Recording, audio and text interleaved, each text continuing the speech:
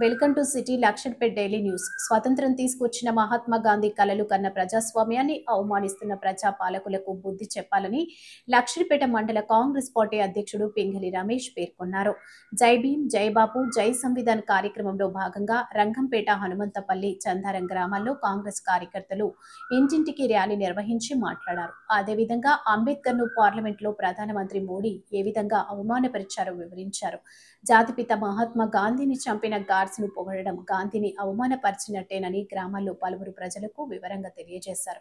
Mahatma Gandhi, doctor Babasaheb Ambedkar భారత ప్రజల అందరి సమాన హక్కుల కోసం పోరాడిన ఎప్పుడూ మరవద్దని తెలిపారు. ఈ కార్యక్రమంలో కాంగ్రెస్ మండల అధ్యక్షుడు పింగళి రమేష్, మండల కోఆర్డినేటర్ ఇన్ఛార్జ్ ఎండి ఖలీదు, మండల కాంగ్రెస్ యూత్ అధ్యక్షుడు బొప్పు సుమన్, బ్లాక్ కాంగ్రెస్ అధ్యక్షుడు నలిమిలి రాజు, ఆర్డీఏ నంబర్ అంకత్ శ్రీనివాస్, జిల్లా కాంగ్రెస్ పార్టీ అధికార ప్రతినిధి పూర్ణ చంద్రరావు, బియ్యాల తిరుపతి, కాంగ్రెస్ నాయకులు పోచ్ కుమార్, కందుల మోహన్, దేవేందర్ రెడ్డి, మల్లికార్జున్, సత్యం, వెంకటేష్, రవీందర్ రావు, చిన్నాన, నారాయణ మరియు ఆయా గ్రామాల కాంగ్రెస్ నాయకులు, కార్యకర్తలు తదితరులు పాల్గొన్నారు.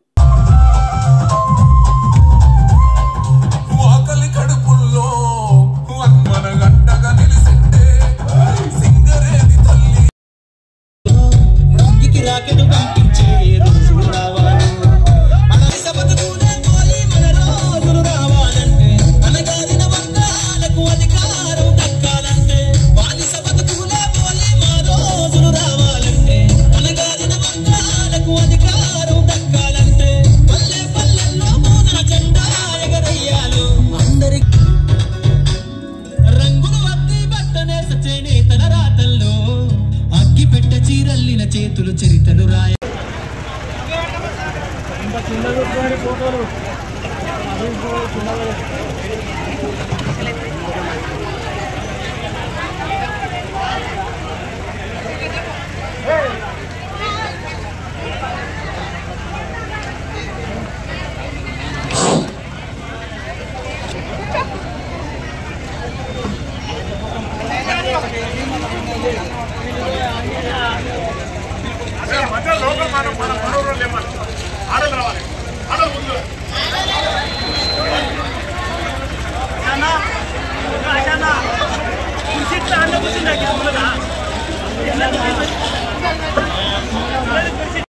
జై సంవిధాన్.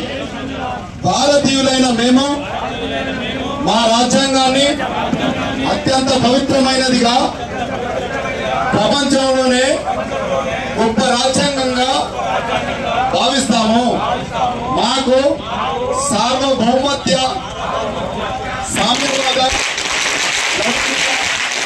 ప్రజాస్వామ్య, గణతంత్ర రాజ్యాంగ నిర్మించుకోవడానికి ఆర్థిక, రాజకీయ న్యాయాన్ని, ఆలోచన, భావ ప్రకటనను, అంతస్తుల్లోనూ అవకాశాల్లోనూ సమానత్వాన్ని జై భీమ్, జై సంవిధాన్ అనే కార్యక్రమం తీసుకొని భారతదేశ వ్యాప్తంగా రాష్ట్రంలో ప్రతి గ్రామాన పాదయాత్ర ద్వారా ప్రజల్లోకి వెళ్లి గతంలో స్వాతంత్రం రాకముందు కష్టపడ్డ మహానుభావులు గాంధీజీ గారి గురించి మన పెద్దలు చెప్పడం జరిగింది. స్వాతంత్రం వచ్చిన తర్వాత, స్వాతంత్రం వచ్చినాక మన దేశాన్ని ఎలా రూపుదిద్దుకోవాలని చెప్పి ఒక రూపకర్తగా రాజ్యాంగాన్ని రచించినటువంటి డాక్టర్ బిఆర్ అంబేద్కర్ గారి గురించి కూడా క్షుణ్ణంగా మన పెద్దలు చెప్పినారమ్మా. ఎక్కువ సమయం లేదు కాబట్టి దాని గురించి నేను ఇప్పుడు చెప్పలేకపోతున్నాను.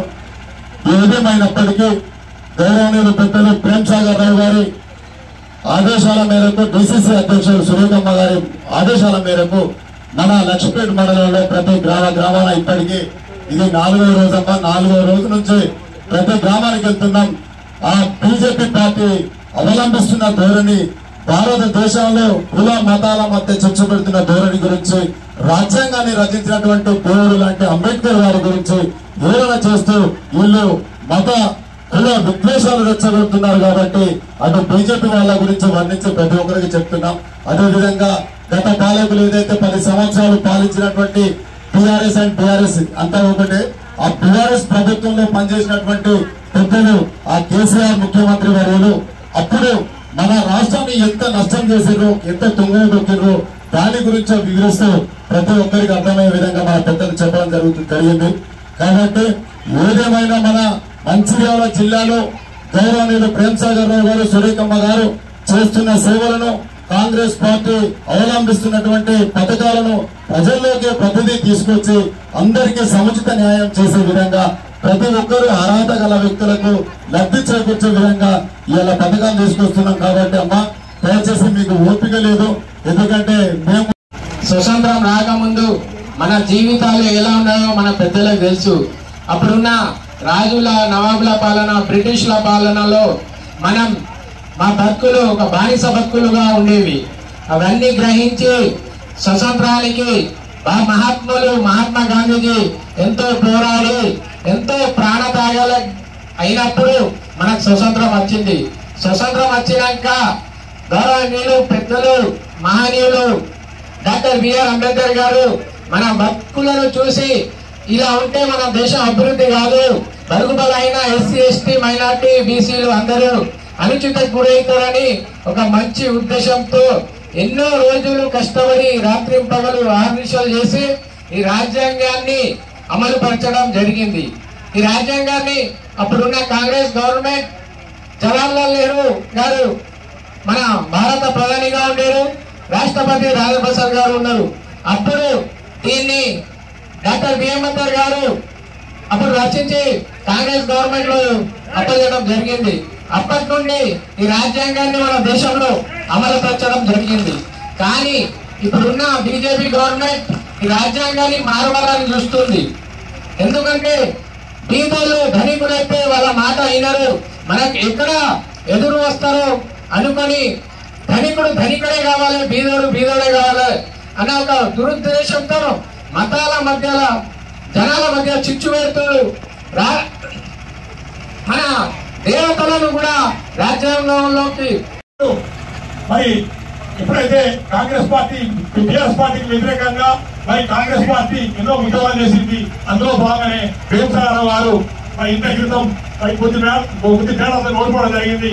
ఓడిపోయిన తెల్లారి కూడా 6 సంవత్సరాలు మరి వారు ఎంతో కృషి చేసి వారి ట్రస్ట్ ద్వారా మనకి జీవన పంపకం కానీ లేకపోతే మిగతా మనకు కరోనా వచ్చినప్పుడు మనకు మాస్కులు కానీ మరి ఎన్నో కార్యక్రమాలు వాళ్ళు చేస్తూ ఉన్నారు.